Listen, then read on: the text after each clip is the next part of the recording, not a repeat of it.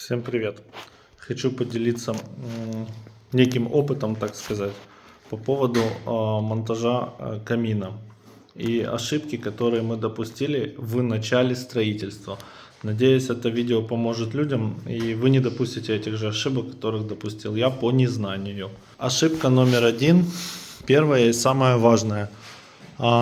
Мне никто не объяснил, и я в принципе нигде не нашел о том, что подача воздуха в камин лучше всего делать, к примеру, как мне объяснили мои мастера, с подвала.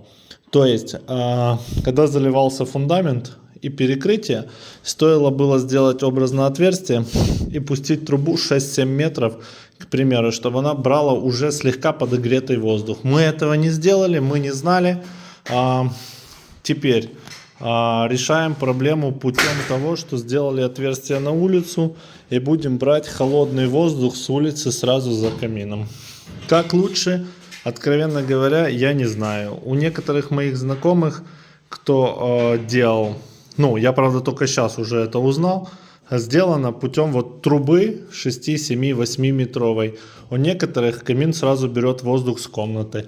Комната здесь большая, в районе 30 квадратов, плюс свободный выход в коридор. То есть по факту воздуха должно было бы хватить. Но все равно, чтобы не сжигал воздух, будем брать его с улицы.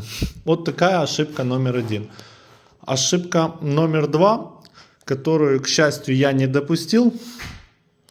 Сделал сразу все, потому что нашел как. Но, опять же, мне об этом никто не говорил. Здесь у нас стоит тройничок, и мы сделали еще капельник. То есть труба вниз, 0,8 мм, нержавейка. Там тройничок, капельник для отвода конденсата. Сейчас покажу с улицы, как оно все полностью выглядит.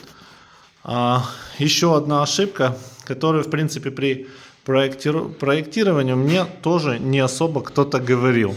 Мы хотели пустить полностью разводки по всему дому. То есть будет стоять на улице турбина. Почему на улице? Она шумная, мы не хотим ставить ее внутри. Мы не нашли для нее места. Сначала была идея сделать ее под камином. В общем, было много идей, много вариантов. Потом была идея зашить ее под гипсокартон. От всех этих вариантов мы отказались. У нас 2 этажа, поэтому мы не можем зашить ее на чердаке. Вот. Что мы будем делать? Мы будем устанавливать ее на улице. Она небольшая. Сейчас покажу вам, как она выглядит. Друзья, вот так выглядит вот эта турбинка. Если я не ошибаюсь, на 900 с чем-то кубов. 990 кубических кубов в час.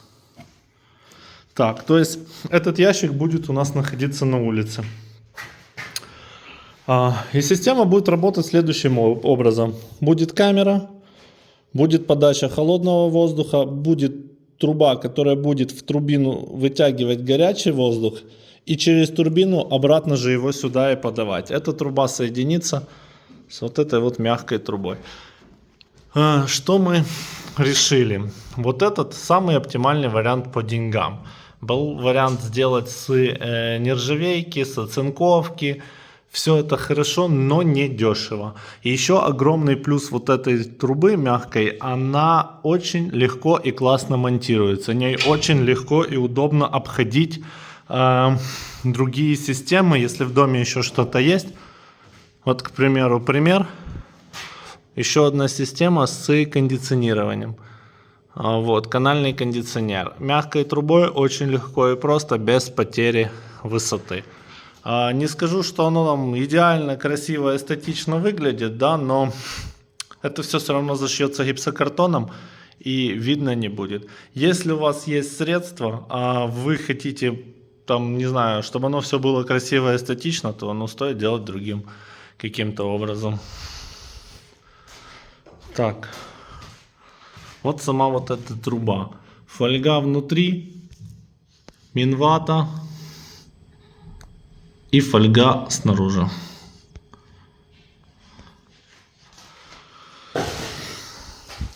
Так, теперь, опять же, если мы поднимаем, образно, у нас здесь было без стяжки 3,30. Мы подняли специально для того, чтобы 30 сантиметров вот этих зашить. Будьте очень внимательны, говорите с архитекторами, хотя толковые архитекторы, в принципе, все знают и понимают. Мы поднимали уже сами, поэтому у нас вот получилось неприятно со ступеньками. Оно никак не мешает, довольно удобно, но тем не менее учитывайте, если вы сами меняете высоту того или иного этажа, сразу у вас не пойдут ступеньки.